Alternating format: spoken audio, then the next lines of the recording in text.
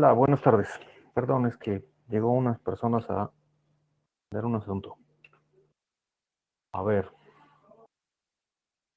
entonces, la clase de ayer, si no mal recuerdo, ya empezábamos con los nuevos temas de la segunda etapa del curso. Empezamos hablando acerca de los gas ideales y de sus comportamientos lineales en la zona de vapor sobrecalentado. Recordarán que este tipo de formulaciones del gas ideal es aplicable solamente a gases, como lo dice su fórmula, o como se dice su nombre.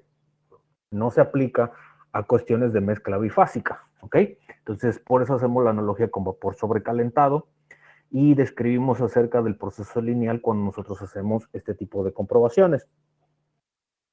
Ya verificamos cómo hacer, cómo se constituye o cómo fue creada cada una de las constantes universales que existen, de dónde vienen, del producto dependiente por presión, y que cada diferente fluido tiene diferente constante R, ¿no? Hay diferentes, tanto de sustancias y demás.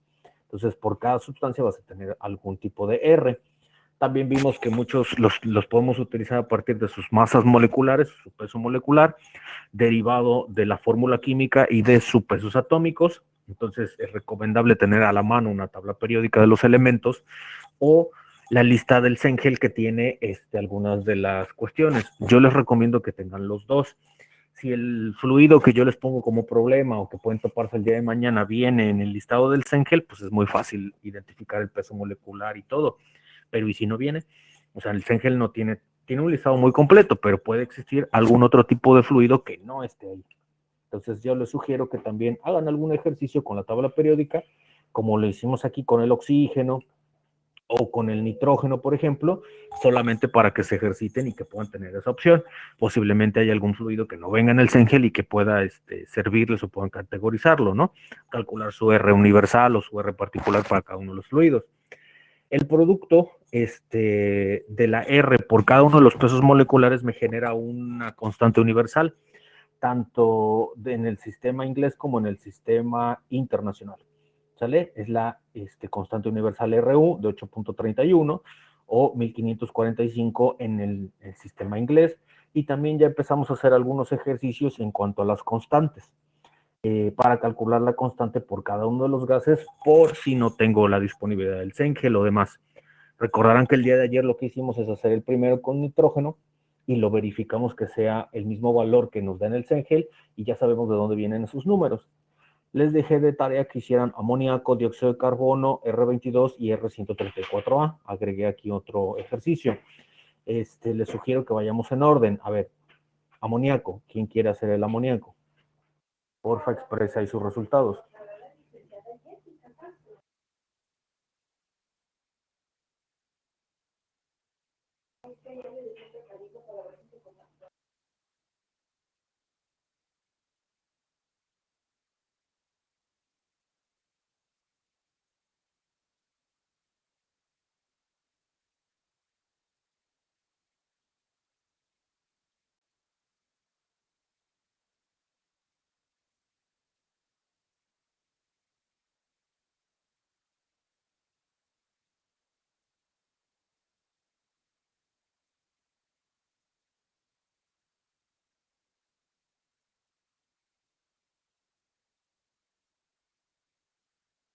Ok. Mientras su compañero Andrés escribe el amoníaco, aquellos que hayan revisado algunas cuestiones del amoníaco. Este es un producto químico que se utiliza en diferentes tipos de procesos. Este puede ser parte fundamental, por ejemplo, de procesos agroindustriales. Por ejemplo, los bases nitrógeno y bases amoníaco de fertilizantes. Entonces, por ejemplo, se encuentra como derivado de la industria del petróleo, pero que puede ser utilizado en este tipo de productos. Entonces, es como importante saber utilizar este tipo porque pues, genera una industria de desarrollo bastante importante. Algunas otras aplicaciones son en circuitos que sustituyen a los sistemas de compresión para refrigeración. Actualmente ya tiene algunos años que se vienen desarrollando este tipo de dispositivos y el amoníaco es un dispositivo, un fluido de trabajo muy atractivo, el cual pretende sustituir los refrigerantes tradicionales que se utilizan en los aires acondicionados. tiene sus ventajas y desventajas. Por ejemplo, el amoníaco tiene la ventaja de que es un gas que no daña la capa de ozono. Cuando se expulsa o se va a la atmósfera, no me generan problemas como agujero de la capa de ozono o efecto invernadero. Entonces, en ese tipo de sistemas es como amigable al medio ambiente. Problema del amoníaco es que es altamente explosivo. Por ejemplo, en los basureros, cuando de repente se ven explosiones en los basureros, es causadas principalmente por este fluido o este gas. ¿Por qué? Por la descomposición orgánica de la materia que existe en los basureros. Entonces, en un basurero es frecuentemente que hay explosiones. ¿Qué pasa? Se genera amoníaco por el proceso de descomposición orgánica de toda la materia orgánica hacia el ambiente. Existe un vidrio por ahí, la luz se concentra y ¡pum! Es una explosión. Entonces, ese es un problema del amoníaco. A alta temperatura o con flamabilidad, o sea, con chispazos, te puede generar una explosión. Entonces, ese es como que una de las vertientes que se pueden utilizar, pero es un sistema o es un fluido de trabajo altamente amigable con el ambiente. Lo que sí hay que considerar mucho es su grado de flamabilidad y explosión que se puede utilizar. ¿Ok? Entonces, sale. Entonces, ahí tenemos el del amoníaco, tenemos el peso molecular, tenemos su constante universal y ahí estaría mi constante. Ok, si revisan con el apéndice del Cengel, ¿es o no es igualito?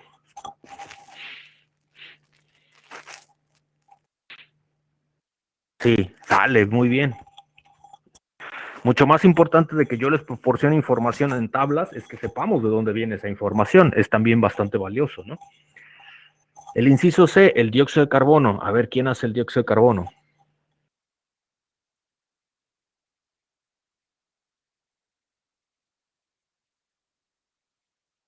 Ok, ahí alguien está escribiendo. Si revisaron un poco acerca del dióxido de carbono, pudieron haber leído que es un refrigerante también del tipo orgánico, pero que también se está utilizando en sistemas que son principalmente denominados transcríticos.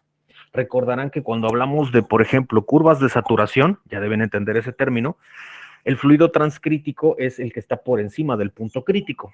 Entonces, el dióxido de carbono es un fluido que fácilmente se transporta o se puede trabajar en fluido supercrítico con mucha facilidad. Aunque tiene altas presiones, o sea, puede generar una presurización alta, es muy poca la temperatura o energía que necesito para llevarlo a condiciones transcríticas. Entonces, es un fluido de trabajo que se prefiere utilizar en condiciones transcríticas para dos cosas, para ciclos de refrigeración y para ciclos de potencia de energía, ¿sí? Que significa producción de luz, o sea que puede alimentar pequeñas turbinas que sean alimentadas de dióxido de carbono y que puedan generar energía eléctrica en escalas micro o en escalas pequeñas. No estoy hablando en escalas de megawatts, sino en escalas posiblemente de algunos watts o de algunos kilowatts. Por ejemplo, para alimentar una bomba, para alimentar la iluminación de algún sector, gente que no tenga, por ejemplo, acceso a la red eléctrica, se podría hacer con este tipo de ciclos. Esos muchos están en desarrollo, hay mucho desarrollo prototipo, teóricos y demás. Comercialmente hay muy poquitos, muy poquitos, pero ya empiezan a como empezar a hacer un auge el uso del dióxido de carbono. Ok, ahí tenemos la R, 188.91 o punto 188.9 kilojoules por cada kilogramo grado Kelvin, que si no mal recuerdo coincide con la tabla del Cengel, ¿no? Entonces ya está más claro de dónde sacamos todos esos datos del Cengel. El nitrógeno, el amoníaco y el dióxido de carbono son refrigerantes naturales. Tienen muchas ventajas, no, principalmente por la no contaminación al medio ambiente. Eh, este tipo de fluidos son los que tratamos de que se sustituyan en los fluidos dentro del mini split, dentro del refrigerador, dentro del dispositivo criogénico que vayamos a utilizar para tratar de sustituir los refrigerantes tradicionales. ¿Cuáles son esos refrigerantes naturales tradicionales? El inciso D, el R22. A ver, ¿alguien puede hacer el R22, porfa?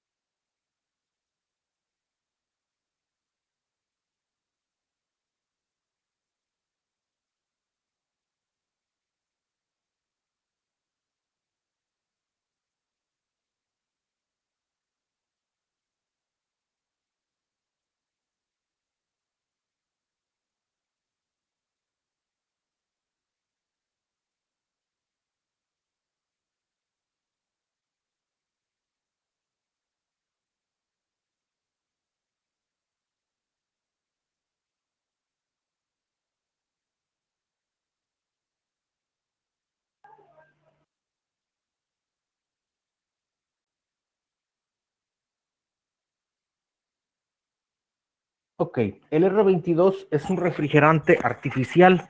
Si revisaron su constitución química, se darán cuenta que está principalmente hecho de cloro y flúor, ¿ok? En algunos de los sentidos, ese R22 es la base de muchos refrigerantes en la década de los 70, en la década de los 80 incluso. Y se pensaba que era un refrigerante muy bueno porque me producía mucha capacidad de refrigeración. Llegábamos a puntos fríos muy buenos, estoy hablando de 5 grados centígrados hasta casi 0 grados centígrados, y podíamos tener puntos de congelación muy buenos, o sea, refrigeradores competentes, con compresores muy grandes, pero competentes. O sea que me consumía bastante luz. Ese R22 es la base, por ejemplo, de muchos refrigeradores en el inicio de la refrigeración, que lo mantenían a partir de los años 70 y los años 80. Después, la ciencia empezó a avanzar y algo que empezó a surgir mucho fueron los estudios hacia la capa de ozono. En la capa de ozono generalmente empezaron a tener como que mucha ímpetu o demás porque se empezó a hacer el que ustedes conocen como el agujero de la capa de ozono, ¿sale? Hay estudios de muchas universidades, incluso un premio Nobel mexicano, el cual hace estudios acerca del origen de la capa de ozono y del agujero de la capa de ozono y qué es lo que fomenta el agujero de la capa de ozono. Principalmente hay fluidos los cuales se van a la atmósfera que propician el crecimiento de ese agujero. Uno de esos es el R22. Una de las grandes aportaciones y del Nobel mexicano, el doctor Mario Molina, es eso, de que muchas de las cosas que se generaban con refrigeración, como los aerosoles, como las tazas como los mini splits, como los refrigeradores, se cargaban dentro de ellos, pero había emanaciones hacia el medio ambiente. La concentración de todos esos R22 que se iba a la atmósfera generaba el aumento en la capa de ozono. ¿Sí? Es lo que Héctor comenta que buscó en Wikipedia, ¿no?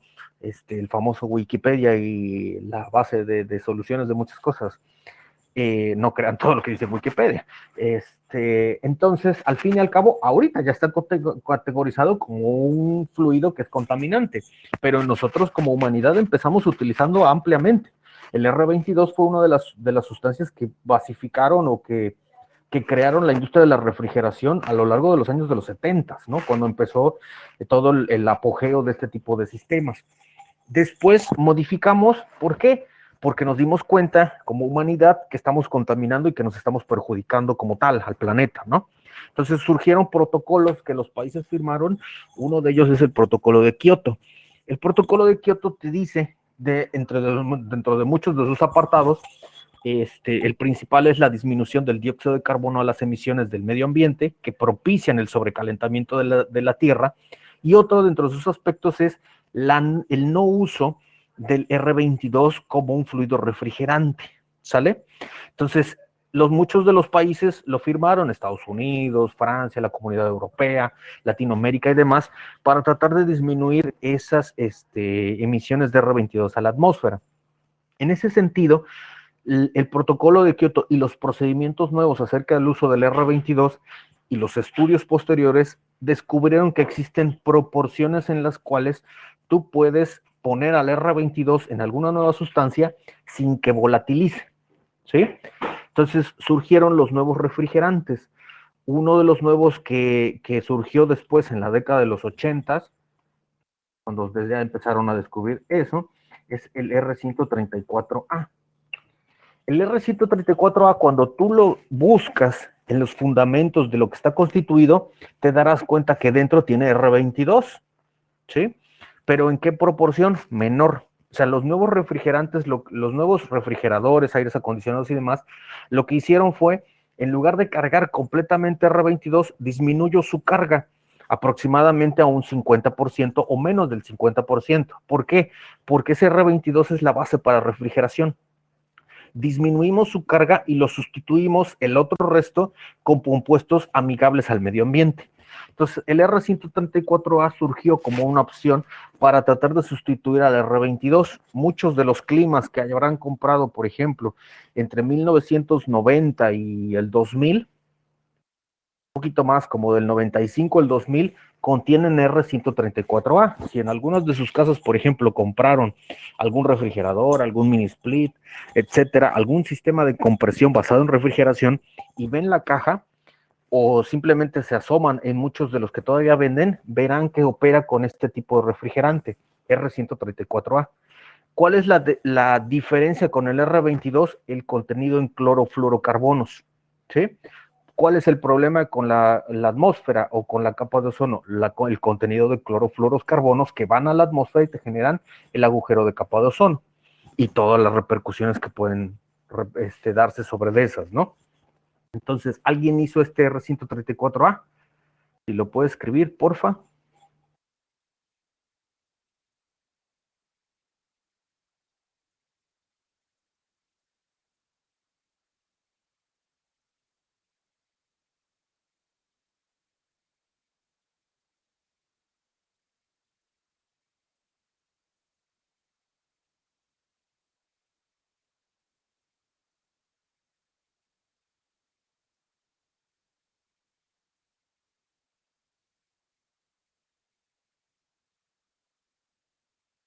Ok.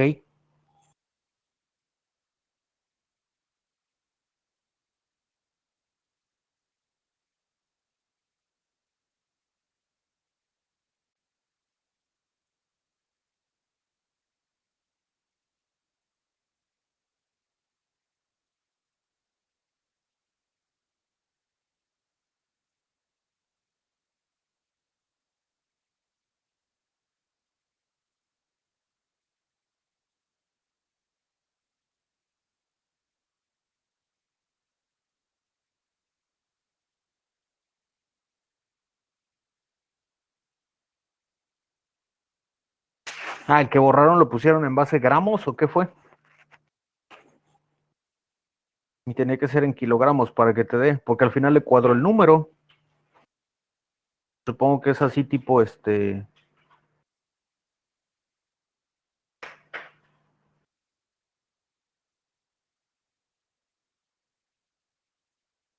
no verificó unidades. No verificó unidades.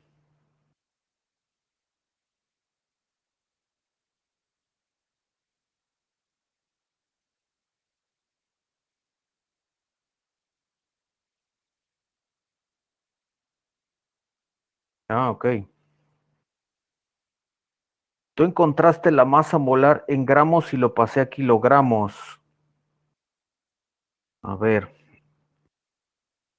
si no mal recuerdo, ese R134A sí está en el apéndice del Sengel, ¿no? A ver si está ahí. A ver, déjame abrirlo.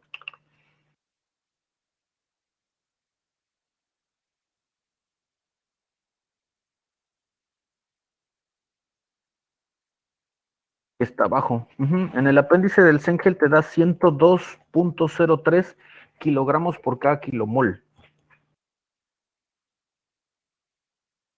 102.03. Ajá.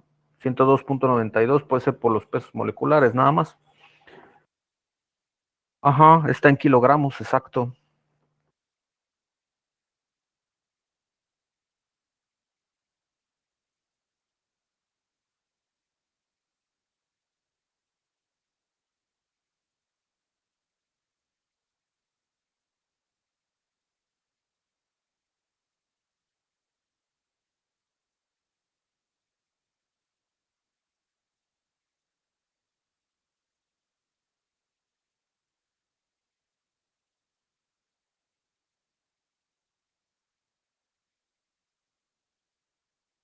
Ok, entonces ahí ustedes les da 0.081, ¿no? Ok, igual que en el Sengel, muy bien. Entonces, el R134A es eso, la aplicación de esos refrigerantes en los nuevos sistemas de refrigeración. Ahorita, por ejemplo, porque mencioné que más o menos hasta el 2000, si tú ahorita vas, por ejemplo, a una tienda departamental, Liverpool, Coppel y lo que sea, y pones atención en el tipo de refrigerador que te están vendiendo, ya no está utilizando R134A, está utilizando uno nuevo que están introduciendo en el sistema de refrigeración. no recuerdo el nombre, pero si alguien va y te da una vuelta por ahí, se podrá dar cuenta por curiosidad que ya no utiliza R134A, ya hay uno nuevo. También es base R22, no recuerdo el nombre, pero también sé que es base R22. ¿Cuál es la diferencia? Reduce aún más la cantidad de R22 que está presente en él. ¿Para qué? Para que no sea amigable con el medio ambiente y me produzca la misma cantidad de refrigeración dentro del proceso que estoy buscando, ya sea refrigerador, aire acondicionado y demás. ¿Sale? En investigación, muchas de las tendencias que se están haciendo ahorita es tratar de sustituir estos famosos R122, R22, R134A, RB, no sé qué tanto, por alguno de estos. Crear, por ejemplo, refrigeradores basados en amoníaco, en dióxido de carbono o nitrógeno. ¿Por qué? Porque son amigables con el medio ambiente, aunque no tienen base clorofluorocarbono. Entonces, cuando tú generas alguna emisión, porque al fin y al cabo se descargan, o sea, nosotros, por ejemplo, aquellos que hayan tenido la oportunidad de tener climas, sabrán que cada 6 meses, cada año, hay que recargar el clima. ¿Qué pasa ahí? Pues se volatiliza lo que estás ahí adentro. O sea, tú puedes tener un circuito muy cerrado, pero de todas maneras se descarga el circuito y esos fluidos van a la atmósfera. ¿Sí? Por eso es común que veas en tu casa que regresen con el cilindro del refrigerante y que se vuelva a cargar. Incluso en el refrigerador pasado algún tiempo llega a tener problemas de carga, entonces hay que recargar el famoso gas, ¿sale? Son estos. Entonces, en las nuevas tendencias tratamos de sustituir estos por estos nuevos fluidos orgánicos y amigables al medio ambiente. ¿Cuál es la desventaja? Que no llegamos a las capacidades de refrigeración que nos otorgan los R22. O sea, no podemos todavía llegar con estos a esas capacidades de refrigeración tecnológicamente. Hay que hacer adecuaciones, hay que hacer mejores equipos y demás, pero tecnológicamente ese es el reto, tratar de crear estos compuestos amigables al medio ambiente con las características de refrigeración de estos. Ojalá algún día se logre. Hay muchos ya muy buenos intentos que llegan a tener 5 grados, 6 grados centígrados. Ya son muy buenos, pero pues, todavía hay que avanzar un poco más. Ok, ¿alguna duda acerca de estos procedimientos para encontrar las R's de cada uno de los fluidos? ¿Alguien tiene alguna pregunta? Con los moles, con las tablas, con los pesos atómicos. Yo les sugiero que tengan los dos, tanto el apéndice del CENGEL y yo les comparto estas presentaciones donde está la tabla periódica, por si alguien no tiene la tabla periódica, aquí está la tabla periódica. ¿Alguien tiene alguna duda?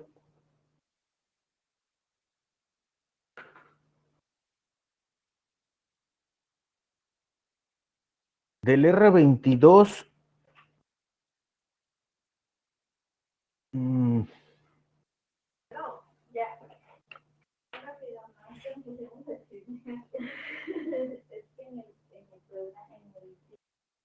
ok, en el, en el, en el, en el apéndice no está el R22, fíjate, ese es un buen ejemplo.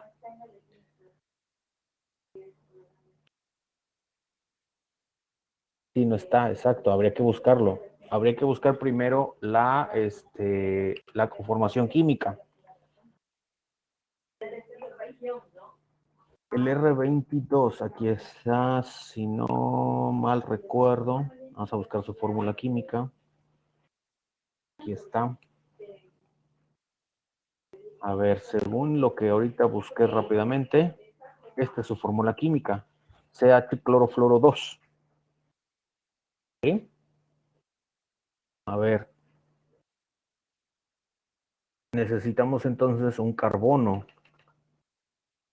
Entonces, a ver, súmenle, necesitamos carbono 12, más hidrógeno 1, más un cloro, 35.4, más dos fluors. Clorofluor 19, más o menos, ¿no? A ver, ayúdenme. Si lo hago en la tabla periódica sería así, ¿no? Ahí está, 86.4. Ahí está, 86.46. Ahí depende de qué tan preciso seas, ¿no? Ahí está el mol. Ok, lo que yo generalmente hago es que, como se los pongo aquí, por ejemplo, 1 kilogramo sobre kilogramo mol de, o sea, de 1 kilogramo de R22 tiene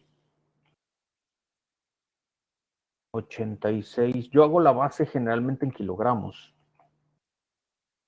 para este tipo de problemas, porque las R's universales, cuando lo divido, generalmente está en kilogramos mol. Si no, tendría yo que cambiar la R universal. O sea, si usas la base en gramos, aquí tendrías que tener una base en R en gramos. Y ya.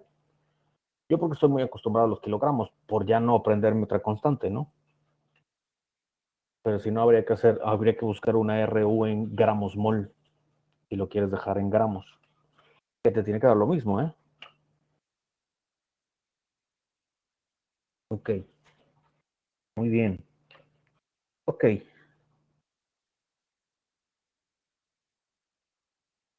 ¿cuánto les dio de la constante? Ah, ok, alguien la borró. Sería en la constante, a ver, si lo hacemos así, alguien lo había borrado, pero creo que ya lo habían hecho. Sería la RU, que sería 3,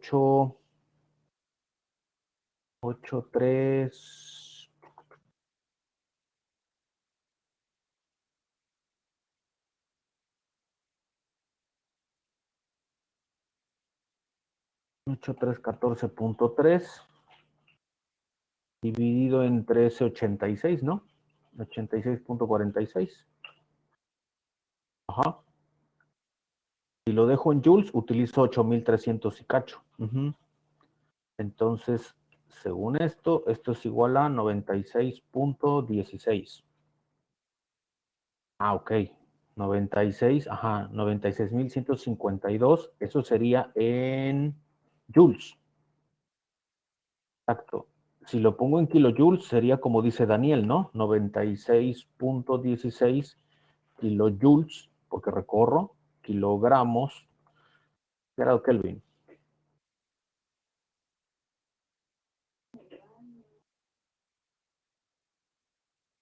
Exacto. O sea, cuando sería 96 serían kilos.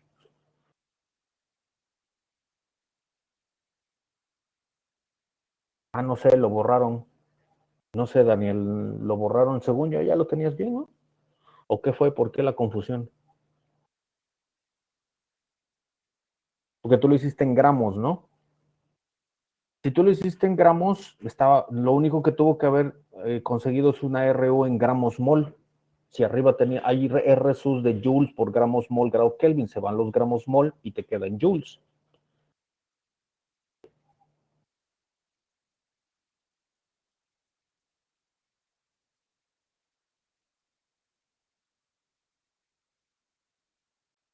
Ok, si ponen el peso molecular en gramos, solamente asegúrense que la RU también esté en gramos y ya, para que se vayan las unidades, revisen las unidades, simplemente, tengan en cuenta las unidades.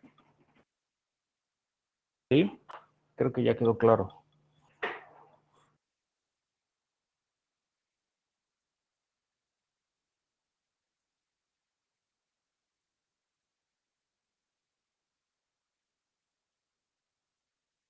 Ok, entonces, su actividad, más bien no es su actividad, vamos a ponerle aquí que en realidad no es su actividad. Esta sería su tarea, el segundo periodo. Acuérdense que es parte de su calificación. Ok, ¿qué es lo que vas a hacer? Utilizando tu herramienta de interpolación, lo que hicimos con MATLAB, lo que hicimos cargando el apéndice del Zengel y lo poquito que hemos aprendido de propiedades. Cargando las propiedades de vapor sobrecalentado, realiza el diagrama volumen específico temperatura y calcula el valor de la constante de los gases ideales. ¿Qué es lo que vas a hacer? Lo que te expliqué en la clase pasada, este diagrama. ¿Sí? Este diagrama, si te das cuenta, está en libras fuerzas sobre cada libra mol, pies cúbicos por cada libra mol, esto es volumen específico, y la temperatura en grados Fahrenheit. La tabla te lo pide en grados Rankine. Primero, necesitas hacer las conversiones. O sea, de los datos que vas a jalar del Cengel, en tu programa de MATLAB necesitas hacer las conversiones dentro del programa. Es igual, multiplicas o divides. Ya que hagas las conversiones a esto, necesito que primero hagas una gráfica en que se pueda ver esta linealidad, ¿sí? Por ejemplo, puedes tomar este ejemplo, puedes utilizar los datos a 10 PCIs, a 15 PCIs, a 25 PCIs, a 50, a 1000 y a 200.000 PCIs, a 200 y a 1000 PCIs. Puedes basarte en este ejemplo, ¿sí? Lo que quiero que construyas es tú las líneas basadas en los datos del Cengel para ver si en verdad es lineal, ¿sale? Pero que lo hagas tú. Ya que hayas hecho estas líneas, lo que vas a hacer ahora es calcular sus respectivas pendientes, ¿sí? La pendiente la multiplicas, en este caso, si aplicaste 1, 2, 3, 4, 5, 6 niveles de presión, yo quiero ver 6 pendientes con 6 presiones y las 6 Rs que tengamos aquí. En pocas palabras, lo que está aquí, lo quiero que lo hagan con la herramienta de MATLAB, ¿sí? A partir de los datos del Cengel. ¿Dudas?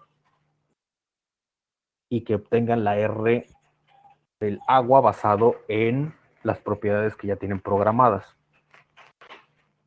Quiero la gráfica y la tablita.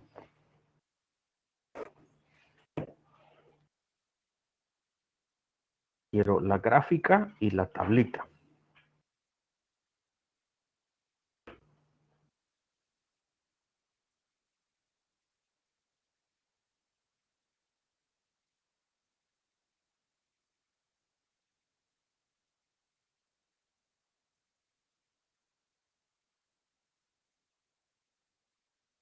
¿Dudas?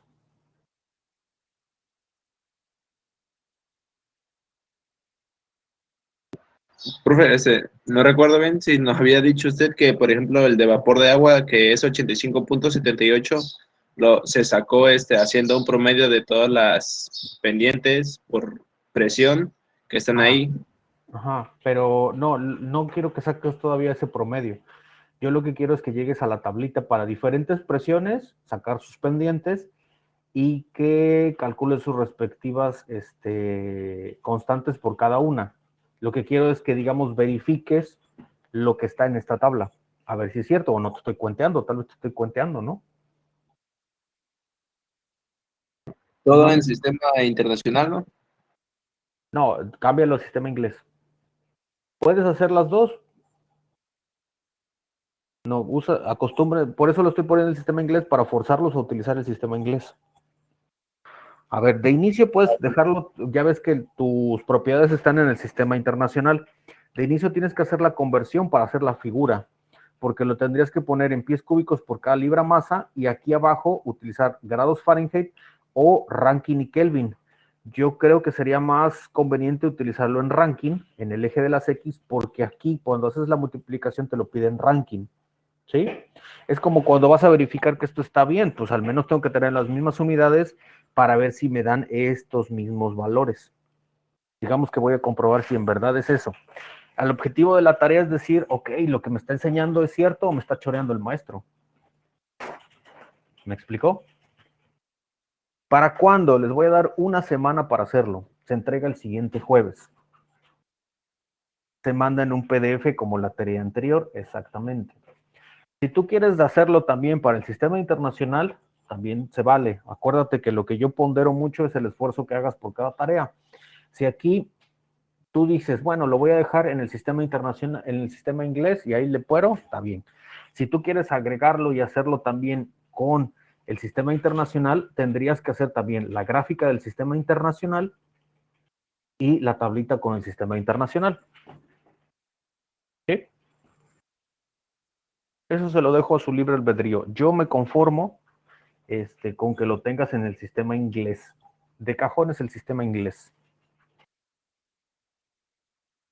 Quiero la gráfica en MATLAB, haciendo un plot de las líneas y cómo se ven. Los datos graficados pueden utilizar diferentes colores, pueden usar diferentes cosas. Por ejemplo, acuérdate que aquí se van a ver datos, no se van a ver líneas. O sea, tú vas a graficar puntos aquí. Entonces, puedes llegar a tener un montón de puntos que constituyen, por ejemplo, a la línea así. Y lo que yo voy a ver es, por ejemplo, algo así, ¿no? Posiblemente le pongas de otro color y veas los otros puntos por acá. Y a ver si es cierto que se ven lineales. ¿Sí? Dudas, preguntas. Se hace igual que la tarea anterior, que tenga tu nombre, que tenga tu matrícula, y se responde en la actividad que les cargo en un momento. O sea, yo les cargo esta clase en Eminus y la voy a dejar abierta hasta el jueves de la siguiente semana. Entonces ahí puedes ir cargando tu tarea en PDF igual.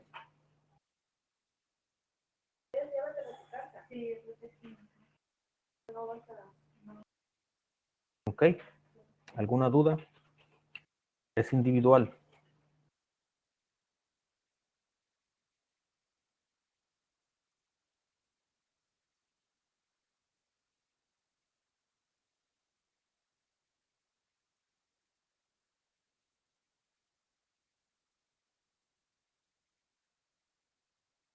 ¿No? Parece que no hay dudas. Ok, si les surge alguna duda de aquí a pues, el jueves de la siguiente, yo sé que las dudas van a salir el miércoles, pero si les surge una duda de aquí al miércoles, se las puedo resolver. Ya el miércoles en la tarde, ya no contesto nada, lo están haciendo las carreras. Ok, se entrega máximo el jueves. Entonces, hasta aquí le dejamos, cargo esta presentación y sobre esta va a llevar el título de tarea 2.